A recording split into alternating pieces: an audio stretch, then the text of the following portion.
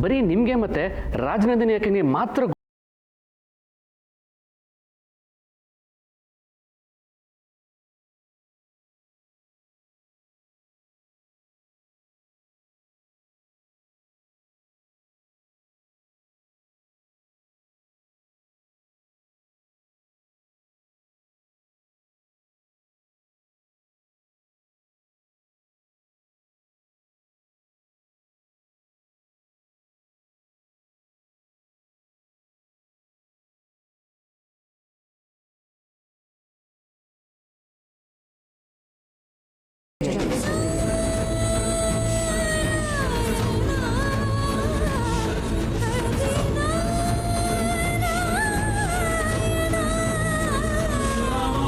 ಅದು gift rap ಮಾಡಿತ್ತು. ಅವಳು ಅದನ್ನು ಓದಿ ಪುನಃ ಗಿಫ್ಟ್ ರ್ಯಾಪ್ ಮಾಡೇ ಇಟ್ಟಿದ್ದು. ಒಂದೇ ರಾತ್ರಿಲಿ ಅದನ್ನು ಓದ್ದೆ ಅಂತ ಖುಷಿಲಿ ಹೇಳ್ಕೊಂಡಿದ್ಲು. ಇದು ಯಾವಾಗಲೂ ಹೊಸದಾಗಿ ಗಿಫ್ಟ್ ರ್ಯಾಪ್ ಆಗೇ ಇರಬೇಕು ಅಂತ ಹೇಳ್ತಿದ್ಲು. ಆಮೇಲೆ ಅವಳು ಅದನ್ನು ಎಲ್ಲಿಟ್ಲು ಗೊತ್ತಿಲ್ಲ ಹರ್ಷ. ಇಷ್ಟು ವರ್ಷಗಳಲ್ಲಿ ಅದು ನನಗೆ ಸಿಕ್ಕಲೇ ಇಲ್ಲ. ಅಮ್ಮ ಒಂದು ಕೆಲಸ ಮಾಡೋಣ, ಇವತ್ತು ಅತ್ತೆ ಬಂದಮೇಲೆ ಅದ್ರ ಬಗ್ಗೆ ಅಮ್ಮ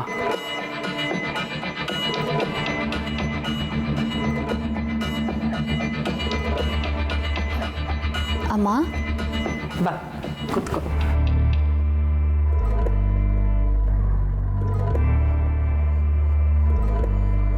ಅನು, ನಿನ್ನ ಬಗ್ಗೆನೇ ಮಾತಾಡ್ತಿದ್ವಿ. ಏನಮ್ಮ? ಹಾಂ ಅದಕ್ಕೆ ಅಮ್ಮ ಏನೋ ಹುಡುಕ್ತಿದ್ರಾ, ಅದಕ್ಕೆ ನಾನು ಹೇಳಿದೆ ಮನೇಲಿ ಏನೇ ಮಿಸ್ಸಿಂಗ್ ಆದರೂ ಅದಕ್ಕೆ ಹೇಳಿದ್ರೆ ಅವ್ರು ಕರೆಕ್ಟಾಗಿ ಹುಡುಕೊಡ್ತಾರೆ ಅಂತ. ಹೌದಾ? ಏನು ಹುಡುಕ್ತಾ ಇದ್ರಿ ಅಮ್ಮ?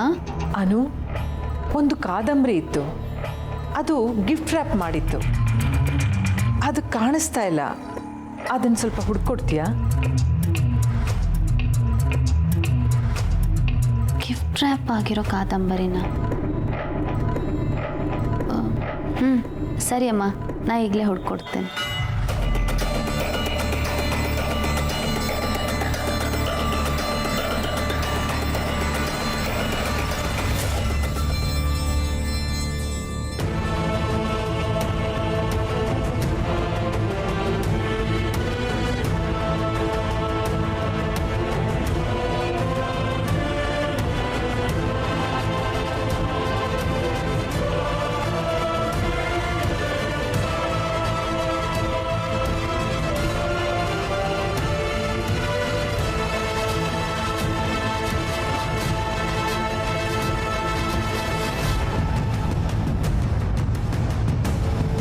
ರ್ಯಾಪರ್ ಹಾಕಿರೋ ಬುಕ್ ಯಾವುದೂ ಇಲ್ವಲ್ಲ?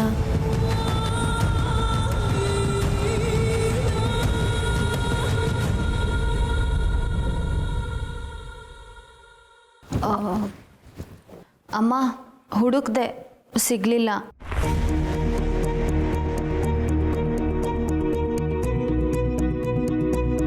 ಸರಿ ಅನು, ಅವಸರ ಏನೂ ಇಲ್ಲ.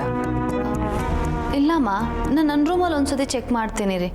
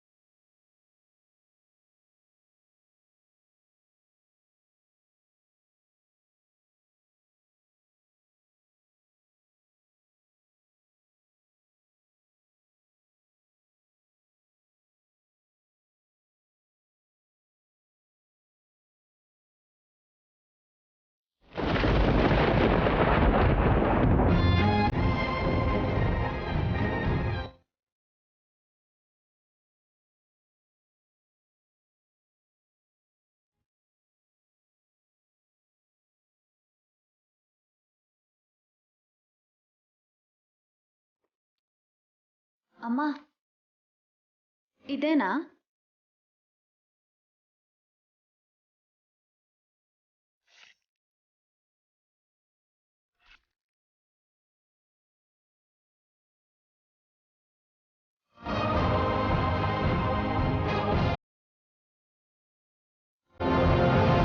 ಕೊಡು ಅನು.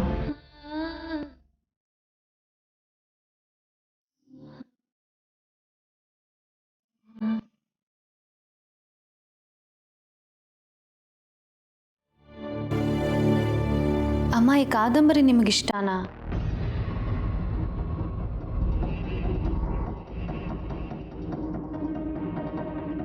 ನನಗೆ ಇದು ತುಂಬ ಹತ್ತಿರವಾದುದು.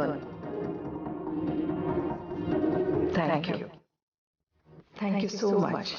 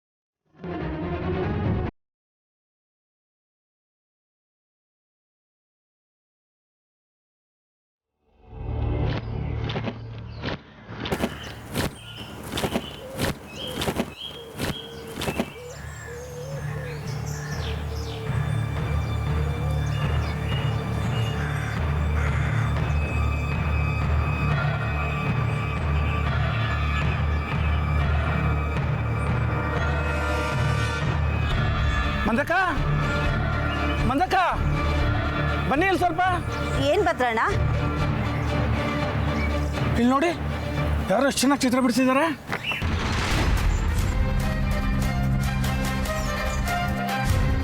ಇಷ್ಟೊಂದು ಚೆನ್ನಾಗಿದೆಯಲ್ಲ, ಅಮ್ಮಾಜಿನ ಕೇಳ್ತೀನಿ, ಯಾಕೆ ಬಿಡಿಸಿರ್ಬೋದು?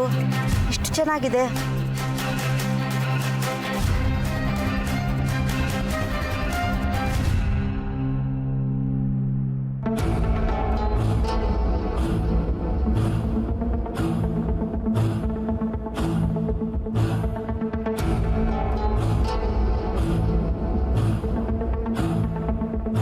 ಇನ್ಯಾವತ್ತೂ ಜಲಂಧರ್ ನನ್ನ ಜೀವನದಲ್ಲಿ, ನಮ್ಮ ಜೀವನದಲ್ಲಿ ಜಲಂಧರ್ ಇರಲ್ಲ. ಈಗ ಕತೆ ಶುರು. ಈಗ ಈ ಜಲಂಧರ ಯಾರ ಕಣ್ಣಿಗೂ ಕಾಣದೆ ಆಟ ಶುರು ಮಾಡೋ ಪವರ್ ಪಡ್ಕೊಂಡಿದ್ದಾನೆ.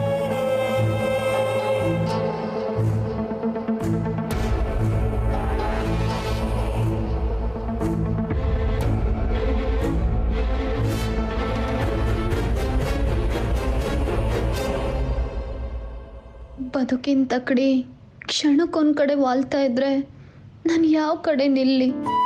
ಅಥವಾ ತಕಡಿ ಮುಳ್ಳೆ ಸುಳ್ಳು ಹೇಳಿದ್ರೆ ನಾನು ಸತ್ಯನ ಹೇಗೆ ತೂಕ ಮಾಡಲಿ? ಅಪ್ಪ, ನಿಮ್ಮನ್ನ ಈಗ ನೋಡಬೇಕು ಅಂತ ಅನ್ನಿಸ್ತಿದೆ. ಮನಸ್ಸಿನ ಮಾತನ್ನ ಕೇಳು ಬಂಗಾರ ಅಂತ ಹೇಳಿದ್ರಲ್ಲ, ನನ್ನ ಮನಸ್ಸಿನ ಮಾತು ಸಹ ಈಗ ನನಗೆ ಸುಳ್ಳೇ ಹೇಳ್ತಿದ್ಯೇನೋ ಅಂತ ಅನ್ನಿಸ್ತಿದೆ ಅಪ್ಪ. ನಾನು ಈ ಮನೆಗೆ ಬಂದ್ಮೇಲೆ ಸುಖವಾಗಿರ್ತೀನಿ ಅಂತ ಅನ್ಕೊಂಡ್ರಿ ಅಲ್ವಾ? ನೋಡಿ ನನ್ನ ಸುಖವಾದ ಸಂಸಾರನ. ಬಂಗಾರ, ಈಗಲೂ ನಾನು ಅದನ್ನೇ ಹೇಳ್ತೀನಿ, ಮನಸ್ಸಿನ ಮಾತನ್ನು ಕೇಳು.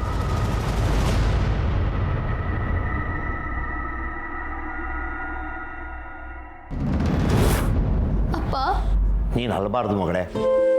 ನಿನ್ನಪ್ಪ ಯಾವತ್ತೂ ನಿನ್ನ ಜೊತೆಗೆ ಇರ್ತಾನೆ. ಆದರೆ ನೀವೊಂದನ್ನು ನೆನ್ಪಿಟ್ಕೋಬೇಕು, ಮಗಳನ್ನ ಮದುವೆ ಮಾಡಿಕೊಡೋದೇ ಹೆತ್ತವರ ಅತೀ ದೊಡ್ಡ ಜವಾಬ್ದಾರಿ ಮತ್ತು ಧರ್ಮ. ಅದಾದಮೇಲೆ ನಮ್ಮ ಕರ್ತವ್ಯ ಮುಗಿದ ಹಾಗೇನೆ. ಇಲ್ಲಪ್ಪ, ಈ ಮಾತನ್ನ ನಾನು ಒಪ್ಪಲ್ಲ. ಈ ಮಾತು ನಿಮಗೂ ಕೂಡ ಸೂಟ್ ಆಗಲ್ಲ. ನಿಜ ಹೇಳಿ ಅಪ್ಪ, ಈ ಮಾತು ನಿಮ್ಮ ಮನಸ್ಸಿನ ಮಾತೇನಾ? ಇದು ಬರೀ ಹೆತ್ತವರು ತಮ್ಮನ್ನ ತಾವು ಸಮಾಧಾನ ಮಾಡ್ಕೊಳ್ಳೋದಕ್ಕೆ ಆಡೋ ಮಾತು. ನನ್ನಪ್ಪ ಹೀಗೆ ಮಾತಾಡಲ್ಲ. ಒಂದೇ ಒಂದ್ಸಲ ನನ್ನ ಫ್ರೆಂಡ್ ಆಗಿ ನನ್ನ ಸಂಸಾರನ ನೋಡಿ ಅಪ್ಪ, ನನಗೇನು ಬೇಡ ಅಂತ ಅನಿಸ್ತಾ ಇದೆ. ಹಾಗನ್ಬಾರ್ದು ಬಂಗಾರ. ಏನು ಕಮ್ಮಿ ಆಗಿದೆ ನಿನಗೆ? ಎಂಥ ಮನೆ, ಒಳ್ಳೆ ಅತ್ತೆ, ಜಗತ್ತೇ ಮೆಚ್ಕೊಳ್ಳುವಂಥ ಗಂಡ. ಏನು ಕಮ್ಮಿ ಆಗಿದೆ ಮಗ? ನೆಮ್ಮದಿ ಅದೇ ಇಲ್ವಲ್ಲಪ್ಪ. ಜಗತ್ತ ಮೆಚ್ಕೊಳ್ಳೋ ಅಂತ ಗಂಡ ನನಗೆ ಬೇಕಾಗಿಲ್ಲ. ನೀವು ಅಮ್ಮನ ಪ್ರತಿದಿನ ಖುಷಿಯಾಗಿಡ್ತೀರ, ಅದಕ್ಕಿಂತ ಶ್ರೀಮಂತಿಕೆ ಬೇಕಾ? ಆದರೆ ನಾನೀಗಿರೋದು ಸುಳ್ಳಿನ ಕೋಟೆಯಲ್ಲಿ. ನಾನಿದನ್ನೆಲ್ಲ ಯಾರ ಹತ್ರ ಹೇಳ್ಕೊಳ್ಳಿ? ನನ್ನ ಮದುವೆಯಲ್ಲಿ ನೀವೇನೆಲ್ಲ ಕನಸು ಕಂಡಿದ್ರಿ, ಎಷ್ಟು ಖುಷಿಯಾಗಿದ್ರಿ. ನೀವು ಕಂಡ ಕನಸಲ್ಲಿ ಒಂದಾದ್ರೂ ಈಡೇರಿದ್ದಿದ್ರೆ ನಾನು ಖುಷಿಯಾಗಿರ್ತಿದ್ದೆ ಅಪ್ಪ. ಇಲ್ಲ ಅಪ್ಪ, ನನ್ನ ಬದುಕನ್ನ ಎಲ್ಲಿಂದ ಹೇಗೆ ಸರಿ ಮಾಡ್ಕೊಳ್ಳೋದು ಅಂತಾನೆ ನನಗೆ ಗೊತ್ತಾಗ್ತಿಲ್ಲ.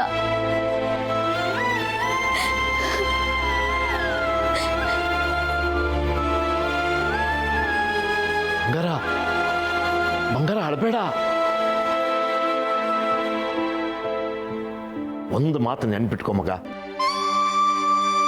ನೀನು ಪರೀಕ್ಷೆಗೆ ಹೋಗೋ ಟೈಮ್ನಲ್ಲಿ ಯಾವಾಗಲೂ ಹೇಳ್ತಾ ಇದ್ದೆ, ಸರಿಯಾಗಿ ನೋಡಿದ್ರೆ ಪ್ರಶ್ನೆಯಲ್ಲೇ ಉತ್ತರನೂ ಸಿಗುತ್ತೆ ಅಂತ. ಉತ್ತರ ಇರೋದಕ್ಕಷ್ಟೇ ಪ್ರಶ್ನೆ ಕೊಡೋದಕ್ಕೆ ಸಾಧ್ಯ. ಹಾಗೆ ಬದುಕಿನಲ್ಲೂ ಸಮಸ್ಯೆಯಲ್ಲೇ ಪರಿಹಾರನೂ ಇರುತ್ತೆ. ಪರಿಹಾರ ಇಲ್ಲ ಅಂದಮೇಲೆ ಸಮಸ್ಯೆನೂ ಇಲ್ಲ. ಸಿಂಪಲ್. ಕಂಡುಕೋ ಕಂಡುಕೋ ಮಗಳೇ.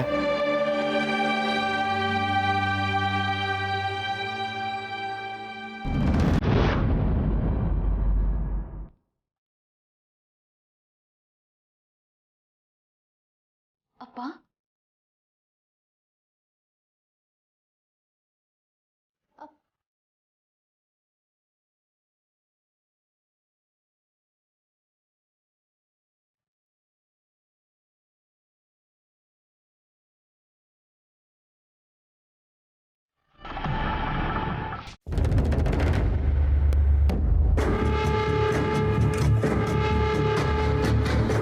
आ गया, तूफान का वक्त आ गया. झेंडे ಕೊಟ್ಟು ಕಳ್ಸು. ಆರ್ಯ, ನಾನ್ ನಿಮ್ಮಿಂದ ಏನು ಕೇಳಕ್ ಬಂದಿಲ್ಲ. ನಾ ಹೇಳೋದನ್ನ ಕೇಳಿದ್ರೆ ನೀವು ಕಳ್ಕೊಳ್ಳೋದು ತಪ್ಪುತ್ತೆ. ನಿನ್ನ ಇತಿಹಾಸನೆಲ್ಲ ಬಯಲ್ ಮಾಡೋ ಹುಡುಗಿ ನಿನ್ನನ್ನು ಸುಮ್ಮನೆ ಬಿಡಲ್ಲ. झेंडे ನಾನು ನಿನಗೇನು ಹೇಳಿದೆ? ಆರ್ಯ,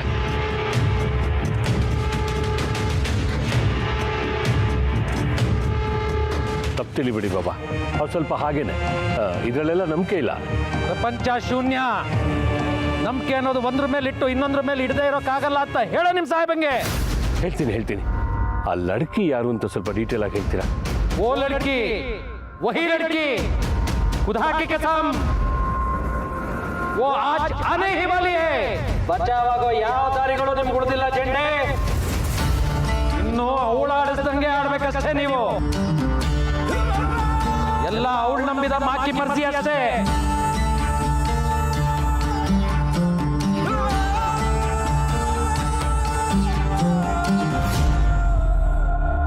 ಆರ್ಯ,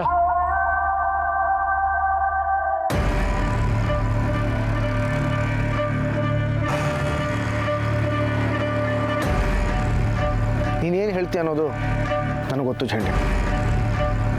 ಒಂದು ಕಾರ್ ಹತ್ತು. ನಂಬಿಕೆ 3 ಅಕ್ಷರದ ಪದ ಅಂತ ಊರು ತುಂಬ ಸಾರೋ ನೀನು. ಇದ್ರ ಬಗ್ಗೆ ನಿನ್ನ ನಂಬಿಕೆ ಇಲ್ವಾ?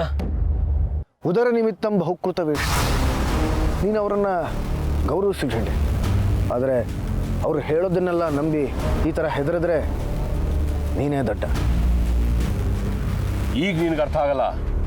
ಒಂದಿನ ಇದನ್ನೆಲ್ಲ ನೀನು ನೆನಪು ಮಾಡ್ಕೊಳ್ತೀಯ, ನೋಡ್ತಾ ಇರು. ನಿನ್ನನ್ನು ಬೈದು ನನ್ನ ಮೇಲೆ ಕೋಪ ಮಾಡ್ಕೋ, ಬೇಕಾದರೆ 1-2 ದಿನ ನನ್ನ ಜೊತೆ ಮಾತೇ ಬಿಡು. ಆದರೆ ದಯವಿಟ್ಟು ಇಂಥದ್ದನ್ನೆಲ್ಲ ನನ್ನ ಮೇಲೆ ಹೇರೋಕ್ಕೆ ಹೋಗಬೇಡ. ಇದನ್ನೆಲ್ಲ ಪಕ್ಕಕ್ಕಿಡು. ಈಗ ನಾನು ಅನುನ ಭೇಟಿ ಆಗೋದು ತುಂಬ ಮುಖ್ಯ. ನಡಿ.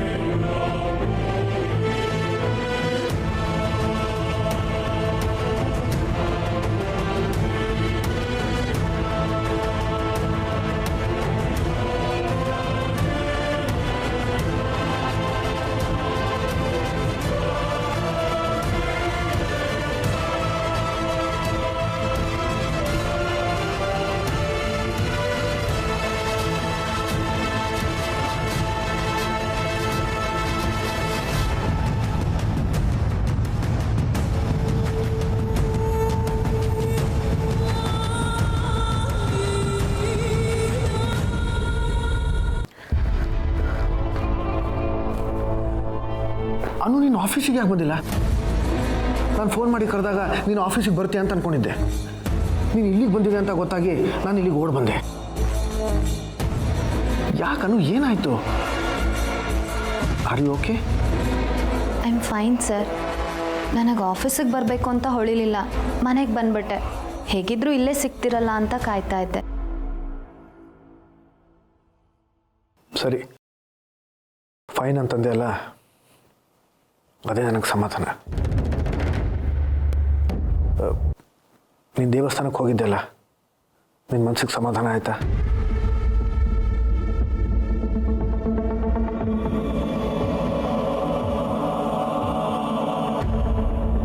ನೀನು ದೇವಸ್ಥಾನಕ್ಕೆ ತಾನೇ ಹೋಗಿದ್ದು? ಹಾಂ ಸರ್, ಹೌದು, ದೇವಸ್ಥಾನಕ್ಕೆ. ನಂಗೆ ಸಮಾಧಾನ ಆಯಿತು. ನಿನ್ನ ಮನಸ್ಸಲ್ಲಿ ಏನೋ ಕೊರಿತಿದೇನು, ಅದೇನಂತ ಹೇಳು. ಅದೇನು ನಿನ್ನ ಕಾಡ್ತಿದೆಯೋ ಅದನ್ನು ಇವತ್ತು ಬಗೆಹರಿಸ್ಬಿಡೋಣ. ಹೇಳೋಣ. ಹಾಗೇನೂ ಇಲ್ಲ ಸರ್. ನಿನ್ನ ತುಟಿ ಮಾತ್ರ ಎಲ್ಲನೂ ಸರಿ ಇದೆ ಅಂತ ಹೇಳ್ತಿದ್ದೇನು, ಆದರೆ ನಿನ್ನ ಕಣ್ಣು ಬೇರೆನೇ ಹೇಳ್ತಾ ಇದೆ. ನನ್ನ ನಿನ್ನ ಮಧ್ಯೆ ಯಾವುದೇ ಗೊಂದಲಗಳು ಉಳ್ಕೊಳ್ಳೋದು ಬೇಡ ಅನ್ನೋ. ಏನಾಗ್ತಿದೆ ದಯವಿಟ್ಟು ನನಗೆ ಹೇಳು. ಯಾಕೆ ಯಾವಾಗಲೂ ಮೌನವಾಗೇ ಇರ್ತೀಯ? ನಿನ್ನ ಮೊದಲಿನ ತುಂಟ ನಗೆ, ಉತ್ಸಾಹದ ಮಾತು, ಲವಲವಿಕೆಯಿಂದ ಕೂಡಿದ ನಡತೆ ಎಲ್ಲ ಎಲ್ಲಿ ಹೋಯ್ತನೋ? I am missing all those things about you. ನಿನಗೆ ನನ್ನ ಬಗ್ಗೆ ಅಸಮಾಧಾನ ಇದೆ ಅನ್ನೋದು ನನಗೆ ಗೊತ್ತು, ಆದರೆ ಅದು ಏನು ಅಂತ ನೀನಾಗೆ ನನಗೆ ಹೇಳೋವರೆಗೂ ನನಗದು ಗೊತ್ತಾಗಲ್ಲ. ನೀನು ಹೀಗೆ ನಡ್ಕೊಳ್ಳೋದು ನನ್ನಿಂದ ಸಹಿಸ್ಕೊಳ್ಳೋಕ್ಕಾಗ್ತಿಲ್ಲ ಅನ್ನೋ. ದಯವಿಟ್ಟು ಏನಾಯಿತು ಅಂತ ಹೇಳು.